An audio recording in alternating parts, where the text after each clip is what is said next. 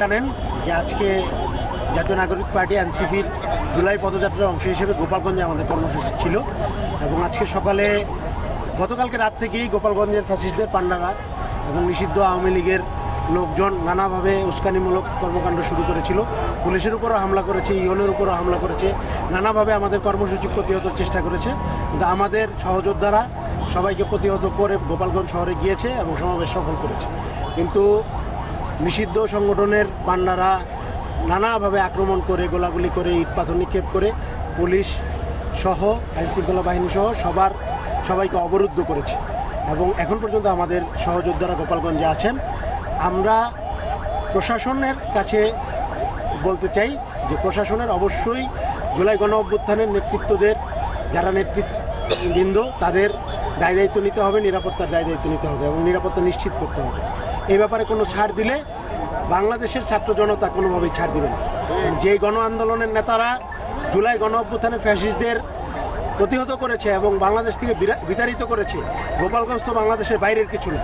গোপালগঞ্জকেও আমরা ফ্যাসিস্ট মুক্ত করবো ইনশাআল্লাহ। ছাত্র জনতা সারা বাংলাদেশে স্বতঃস্ফূর্তভাবে নেমে এসেছে জুলাই গণ অভ্যুত্থানের নেতৃত্বের উপর হামলা দেখে, তাদের নিরাপত্তার প্রশ্ন দেখে দলমত নির্বিশেষে সকল শ্রেণী পেশার মানুষ এবং ছাত্র জনতা, আমরা এখানে বিএনপির ভাইদের পেয়েছি, ছাত্র আন্দোলনের ভাইদের পেয়েছি, জামাতের ভাইদের পেয়েছি, এনসিপি বৈষম্য বিরোধী ছাত্র আন্দোলনের নেতৃবৃন্দরা আছেন, সবাই রাজপথে নেমে এসেছেন। আমাদের প্রত্যেকের বক্তব্য হচ্ছে গণবিপ্লবের যারা নেতৃত্ব তাদের নিরাপত্তার প্রশ্নে আমরা কোনো আপোষ করব না। জুলাই গণ অভ্যুত্থানকে সমুন্নত রাখতে বাংলাদেশকে অবশ্যই ফ্যাসিস্ট মুক্ত করতে হবে। বাংলাদেশের 63 জেলা একরকম থাকবে, গোপালগঞ্জ আরেক রকম থাকবে, এইরকম বাংলাদেশ আমরা দেখতে চাই না। গোপালগঞ্জও ফ্যাসিস্ট মুক্ত হতে হবে, এটা প্রশাসনের দায়িত্ব নিতে হবে। আমরা প্রশাসনকে জানাবো, যদি দায়িত্ব আপনারা নিতে পারেন আপনারা বলবেন, না নিলে ছাত্র জনতা সবাই গোপালগঞ্জ মার্চ করে গোপালগঞ্জকে ফ্যাসিস্ট মুক্ত করবে।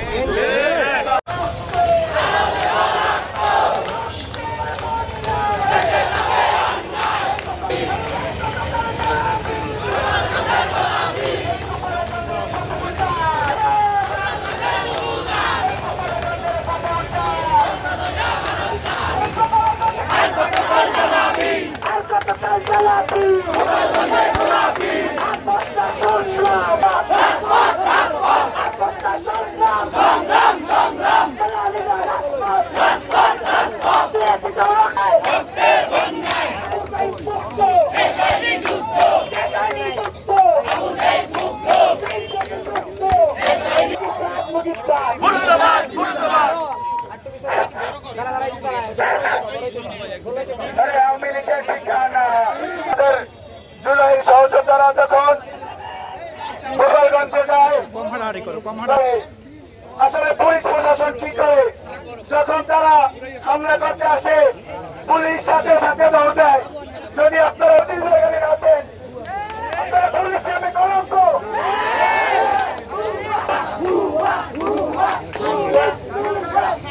যদি আপনারা না পারেন, যদি আপনারা আওয়ামী লীগের ঠিকানা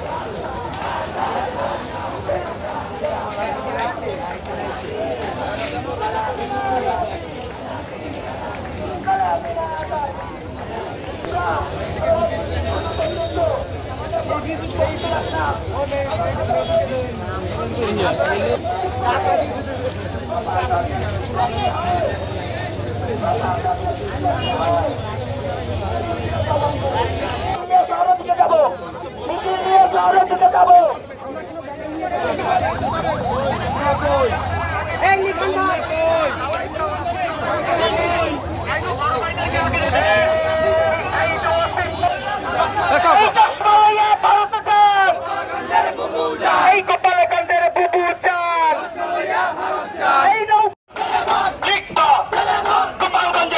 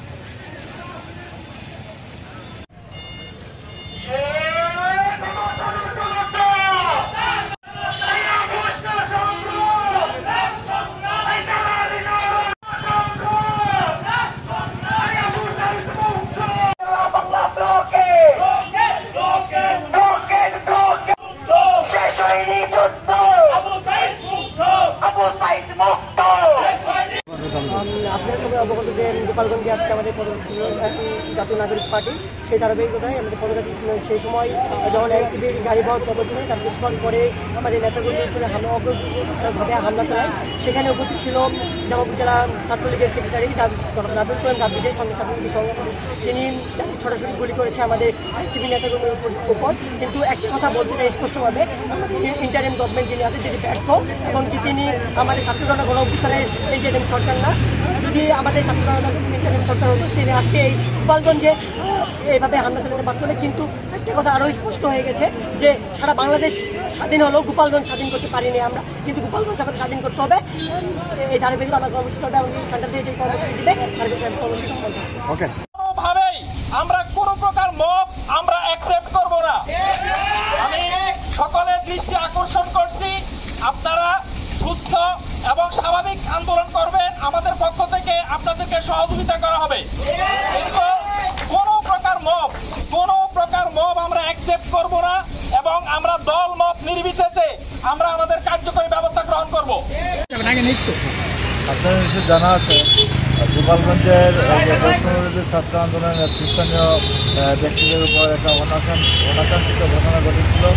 এটার পরিপ্রেক্ষিতে জামালপুরের ছাত্র বৈষম্য আন্দোলনের কিছু সদস্যরা প্রতিবাদ স্বরূপ এখানে রাস্তা সড়ক অবরোধ করেছিল।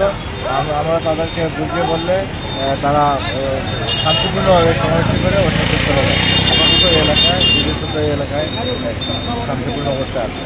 পরবর্তীতে যদি তারা ব্লকের চিন্তা করে পরবর্তীতে যদি তারা দেয়, তাদের প্রতি আমরা অলরেডি ইতিমধ্যে তাদেরকে আহ্বান জানিয়েছি যাতে শান্তিপূর্ণভাবে তাদের কর্মসূচি পালন করে, যাতে কোনো জনদুর্ভোগ সৃষ্টি না হয় সেটা আমাদের পরামর্শ দিয়েছি এবং তারা আমাদের সাথে এই বিষয়ে একটা করে প্রশাসনের সম্মতি প্রকাশ করে। ধন্যবাদ।